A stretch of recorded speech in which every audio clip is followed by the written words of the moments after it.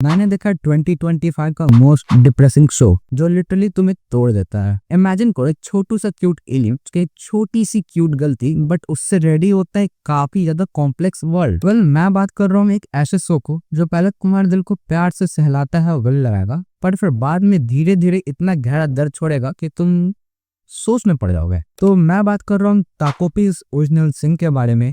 एक ऐसा एनिमल जिसके विजुअल्स इतने प्यारे दिखते हैं, इसकी स्टोरी उतनी ज्यादा डार्क और इमोशनल है। सिर्फ 6 एपिसोड का होने के बावजूद ये एनिमे का इम्पैक्ट इतना गहरा है कि तुम्हारे मन में काफी सवाल रह जाने वाले हैं। इसके अंदर अर्थ के जापान के अंदर एक पार्क में छोटू सा क्यूट सा एलियन जिसका नाम होता है ताकोपी वो लैंड करता है और उस पार्क में उसकी मुलाकात होती है छोटी बच्ची से जिसका नाम होता है शिजुका क्रूजे। शिजुका क्रूजे अभी फिलहाल 9 साल की है, बट उसको देख के लगता नहीं कि वो अपनी लाइफ से जरा भी खुश है, क्योंकि उसकी लाइफ में काफी सारी चीज चल रही है। उसको स्कूल में फेस करना पड़ता है बुलिंग का, घर पे उसकी मॉम उसके पे ध्यान नहीं देती, प्लस उसके डैड उसको छोड़ के जा चुके हैं। तो इन्हीं सारे ट्रॉमास के बीच में उसकी लाइफ में सिर्फ और सिर्फ एक ही सहारा बचता है, उसका पेट डॉग चैपी। और लिटरली चैपी कुछ ज्यादा ही क्यूट है। बट शिजुका ये नहीं जानती कि ताकोपी ऐसे ही थोड़ी है उसकी लाइफ में। ताकोपी के पास एक मिशन है और वो मिशन है कि वो शिजुका के चेहरे पे एक स्माइल लाना चाहता है। उसका मिशन इतना सिंपल इसीलिए साउंड करता है क्योंकि जिस प्लैनेट से ताकोपी आया है उस प्लैनेट का नाम है प्लैनेट हैप्पी।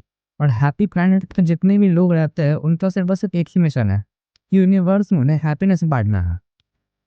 और इस मिशन को पूरा करने के लिए ताकोपी के पास है बहुत सारे हैप्पी गैजेट्स जैसे कि हैप्पी कैमरा, फ्लैपी विंग्स और हैप्पी रिबन और भी बहुत कुछ। जैसे जैसे इसकी कहानी आगे बढ़ती है हम देखते हैं कि शिजुका की लाइफ कुछ ज्यादा ही डार्क होती जा रही है और इसी कारण शिजुका एक काफी ज्यादा शॉकिंग डिसीजन लेती है जिसको देख के लिटरली हम सब हिल जाते हैं, क्योंकि वो डिसाइड करती है कि वो अपनी लाइफ को खुद खत्म कर देगी।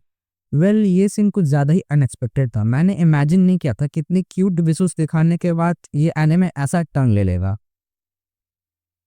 तो इसका ये टर्न कुछ ज्यादा ही अनएक्सपेक्टेड होने के बावजूद अब मुझे लगा कि इससे ज्यादा बुरा और क्या ही हो सकता है। तो मैंने जो सोचा वो सच सही नहीं था, और मैं ऐसा क्यों कह रहा हूँ मैं कहानी में तुम्हें आगे बताता हूँ।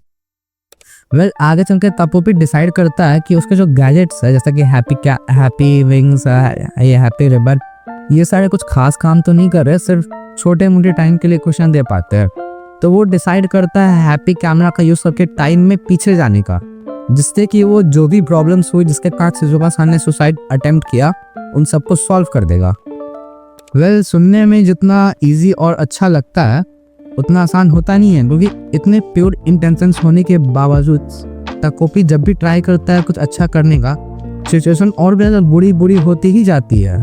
एपिसोड 2 के अंदर हमें शिजुका की बुली महीना का पर्सपेक्टिव दिखाया जाता है और इस पर्सपेक्टिव को तुम्हें देखकर लगेगा कि मतलब तुम ऐसा सोचोगे कि एपिसोड 1 में तुम जिसको विलन मान रहे थे वो खुद एक ट्रॉमा के विक्टिम बन चुकी है, और इसको देख के तुम्हें कुछ ऐसा फील होगा कि एपिसोड 1 में जिसको हम बुरा मान रहे थे भाई वो तो खुद किसी चीज का शिकार बन चुकी है।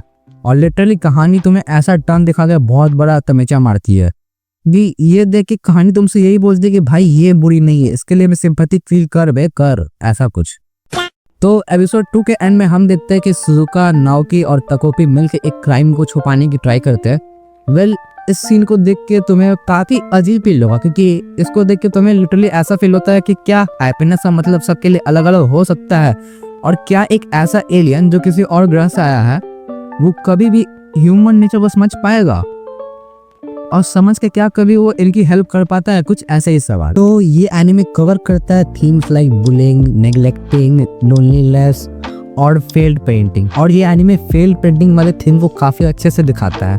बेसिकली ये हर एक प्लॉट को काफी अच्छे से दिखाता है, बट जो थीम है ना फेल्ड पेंटिंग का, आई थिंक ये इसका मेन प्लॉट है। तो कहानी मुझे तुम्हें आगे लगेगा कि इससे बुरा कुछ हो ही नहीं सकता, तभी कहानी और भी ज्यादा बुरी होती जाती है। आगे जाके जब शिजुका डिसाइड करती है कि वो अपने बायोलॉजिकल डैड से मिलने जाएगी, एक छोटी उम्मीद लेके बेचारी जाती है अपने डैड से मिलने के लिए, बट गेस व्हाट, उसे वहां मिलता क्या है? उसे वहां मिलता है सिर्फ और सिर्फ डिसअपॉइंटमेंट। उसके डैड भी उसे पहचानने से इनकार कर देते हैं और उसे रिजेक्ट कर देते हैं। और ये सारे विजुअल्स तुमको देखने में कुछ ज्यादा ही रियल फील होंगे, लिटरली इतने रियल फील होंगे तुम उसके हर एक पेन को फील कर पाओगे और इसकी विजुअल्स को सपोर्ट करता है इसके कमाल का music. Literally it was amazing. फिर इन्हीं सारे ट्रॉमास के कारण शिज़ुका चान का नेचर अब कम्प्लीटली बदल चुका था। वो स्टार्टिंग में एक ऐसी लड़की थी जो लिटरली बुली को सहते हुए आ रही थी, कुछ नोबिता टाइप की, बट एंड आते आते वो एक ऐसी लड़की बन चुकी थी जो सिर्फ और सिर्फ अपना काम निकलवाने के लिए किसी को भी मार सकती थी। और जब उसे पता चला कि वो इंसान उसकी हेल्प अब नहीं करने वाला, लिटरली वो उसे मारने को भी रेडी हो जाती थी। आगे जाके वो ट्राई करती है ताकोपी से हेल्प लेने का, बट जब ताकोपी उसे समझाता है कि अब वो उसकी हेल्प नहीं कर पाएगा, शिज़ुका चान ताकोपी को भी मारने का ट्राई करती है। और जब ताकोपी ये सीन देखता है कि वो उससे मारने का ट्राई करते, इसे देख के ताकोपी को अपनी लॉस्ट मेमोरीज भी याद आ जाती है। हमें दिखाया जाता है अगले एपिसोड में कि ताकोपी लैंड करता है अर्थ पे।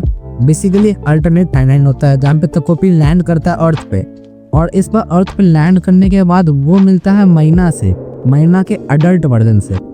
अब क्योंकि इस टाइमलाइन में मरीना ने ताकोपी की हेल्प की है, तो यहाँ पे ताकोपी हर टाइम मरीना का साथ ही रहता है और उसकी हेल्प करता है। बट इस टाइमलाइन में मरीना चान के साथ कुछ काफी ट्रॉमेटाइजिंग चीज होती है, जिसके कारण वो इन सारी चीजों का ब्लेम करती है शिज़ुका को। वो ऐसा बोल देती है कि काश वो शिज़ुका को उस टाइम में मार देती तो फिर ऐसा कुछ होता ही नहीं। और ताकोपी मरीना का ये दिल सुन लेता है और डिसाइड करता है टाइम में पीछे जाने का। तो जब टाइम में वो पीछे जाता है, उसके सामने एक कंडीशन रखी जाती है कि वो टाइम में और पीछे जाता है तो वो अपनी मेमोरीज को भूल जाएगा। बट उसके इंटेंशंस इतने ज्यादा प्योर थे कि मरीना को हेल्प करनी है तो करनी है, भले ही आदत रहे चाहे ना रहे। तो यही उम्मीदों को लेके वो वापस से आता है टाइम में पीछे। बट इस टाइम में उसकी मुलाकात मरीना से नहीं होती है, शिज़ुका चान से। और ये वही टाइमलाइन है जो हमें एपिसोड 1 में दिखाया गया है, और फिर इसके बाद कहानी कंटिन्यू हो जाती है। फिर प्रेजेंट टाइम में ताकोपी समझ चुका है कि उसके गैजेट्स जो है किसी भी प्रॉब्लम का परमानेंट फिक्स कभी बन ही नहीं पाएंगे। तो वो डिसाइड करता है कि वो टाइमलाइन को ही रिसेट कर देगा, जिससे शिज़ुका चान, नाओकी चान और मरीना चान इन सब की लाइफ के जो भी प्रॉब्लम्स है कभी एग्जिस्ट ही ना करे। ये सुनने में जितना इजी और अच्छा लगता है उतना आसान था नहीं, क्योंकि टाइम को रिसेट करने का मतलब था कि ताकोपी को अपनी खुद की एक्सिस्टेंस को ही खत्म करना पड़ेगा, वो भी खुद से। उसे खुद को सेक्रीफाइस करना पड़ेगा। और ताकोपी के इंटेंशंस फिर से इतने प्योर थे उनकी हेल्प करने का कि वो खुद को सेक्रीफाइस करने से भी नहीं कतराता। अगले एपिसोड में इसके फिनाले में हम देखते हैं ताकोपी का गुड बाय, और ये गुड बाय काफी ज्यादा हिट करता है, क्योंकि तुम सोच के देखो, इतना क्यूट सा कैरेक्टर, उसके कितने क्यूट विजुअल्स है, इतना इनोसेंस उसका नेचर है, बट उसे बाय करना पड़ता है। ये सीन कहीं ना कहीं तुम्हें रुला तो जरूर देगा। और इस गुड बाय को देख के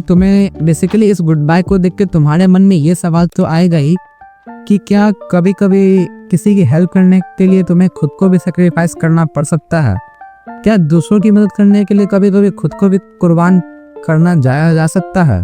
तो लास्ट में तुमसे यही कहूंगा कि ये एनिमे मेरे लिए एक इमोशनल रोलर कोस्टर जैसा था, जो पहले तो तुम्हारे इमोशंस को एक हाई होप देंगे, एक काफी अच्छा फील गुड इन्वायरमेंट क्रिएट करते हैं, फिर बाद में बट धीरे धीरे आगे जाकर ये एक तुम्हारे दिल को लिटरली खोखला कर देते हैं। बाकी तुम अपना ओपिनियन कमेंट्स में बताओ। वीडियो में यहाँ तक हो तो अड़ेगा तो चैनल पर नहीं तो सब्सक्राइब करो। मैं मिलता हूँ तुमसे अगले वीडियो में, तब तक के लिए सायोनारा।